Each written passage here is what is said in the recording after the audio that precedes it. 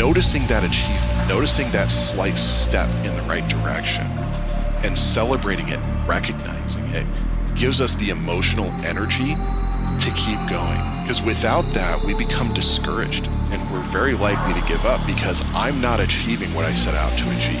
So I can work on, okay, so next time I'm going to try that this way, or next time I'm going to get that corner better.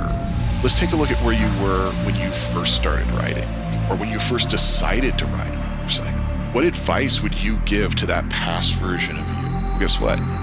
There's a future version of you out there looking back at you today, doing the exact same thing. Accept that idea that there is a future version of you that has overcome whatever this difficulty is, and is that more proficient, more confident, more stable, quicker, whatever the measure is. They are